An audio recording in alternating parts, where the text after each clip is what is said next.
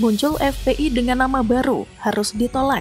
Denny Siregar, cie, ganti kulit nih ya.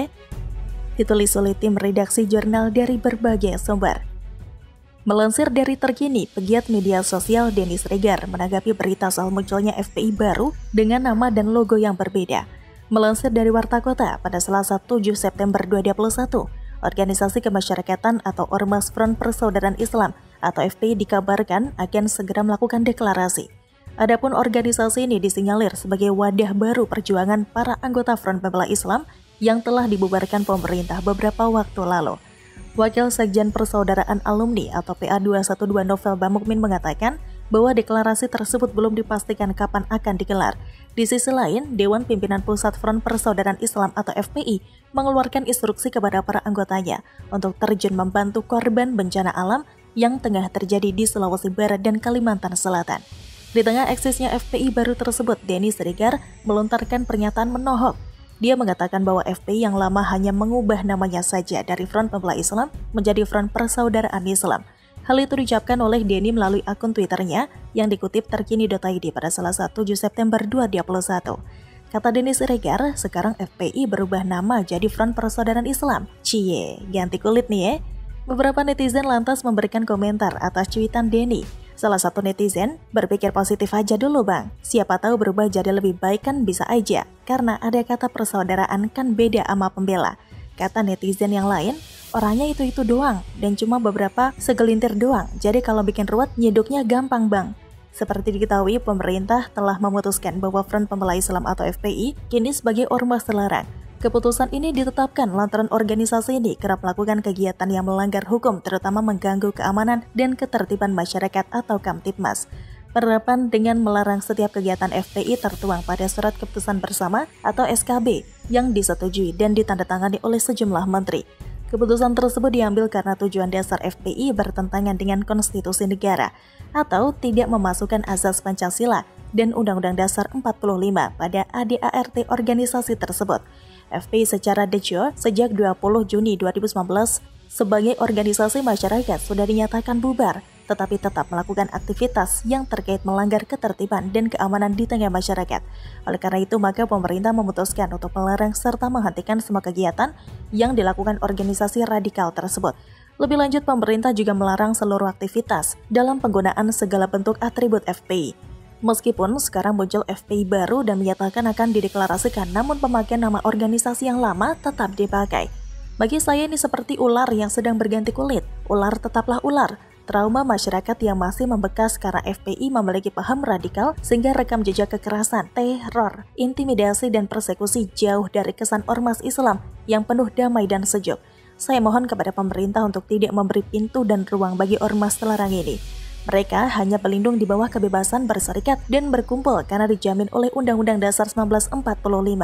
Walaupun mereka mengaku sudah menerima Pancasila sebagai pedoman, jangan mudah percaya begitu saja. Doktrin dan paham radikal yang telah terbentuk sekian lama memerlukan proses yang panjang untuk berubah. Pemerintah juga perlu mencermati apabila organisasi ini lahir kembali. Sudah banyak pendukung serta simpatisan FPI yang terlibat berbagai tindak pidana umum. Bahkan tidak sedikit dari para anggota FPI yang terlibat tindak pidana terorisme. Jadi masih mau memberikan lampu hijau kepada mereka? No way, no. Saya menyarankan kepada pemerintah, khususnya Bapak Mahfud MD yang terhormat, untuk tidak memberikan angin surga kepada mereka. Dengan nama organisasi yang telah diubah, namun pengurus maupun anggota dan simpatisan adalah wajah-wajah yang sama. Mereka berganti baju atau jubah, tetapi dipakai oleh badan yang sama. Jangan sampai sejarah intoleransi, radikalisme, dan terorisme yang pernah dilakukan FPI akan terulang kembali. Bagaimana menurut Anda?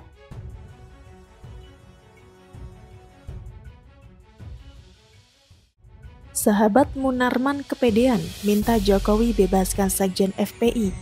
Denny Siregar, munafik ya mereka? Ditulis oleh tim redaksi jurnal dari berbagai sumber. Sahabat Munarman meminta Presiden Joko Widodo membebaskan ex-sekjen Front Pembela Islam atau FPI Munarman. Sahabat Munarman merupakan koalisi para tokoh Islam, aktivis Islam, serta pengacara.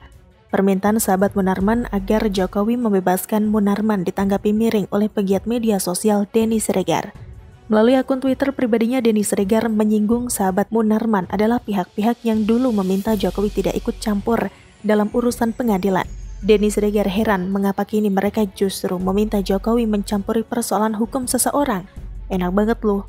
Dulu nuding, Jokowi jangan ikut campur urusan pengadilan. Sekarang maksa Jokowi harus pengaruhi pengadilan. Nanti bilang Jokowi kok bisa kuasai pengadilan.